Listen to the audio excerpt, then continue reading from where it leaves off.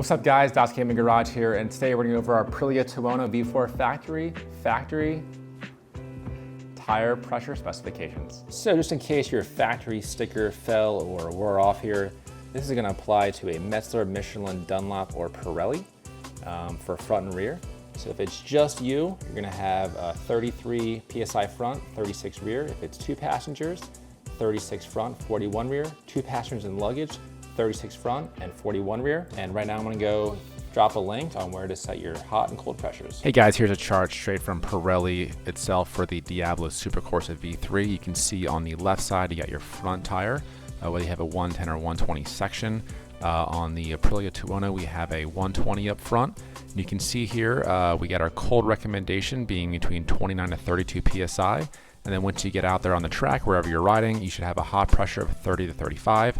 If you're using tire warmers, they recommend it for 50 minutes on the Supercorsa or ADC. Yeah, so this should help you out. Feel free to pause the screen for hot pressures. Moving on to the rear of the motorcycle, we've got a 255 17-inch rim on the Aprilia 210. Now we've got a cold pressure of 23 to 26 PSI in the rear and a hot pressure of 25 to 28 in the rear as well. You can put a tire warmer on there for 50 minutes at ADC or 176 Fahrenheit.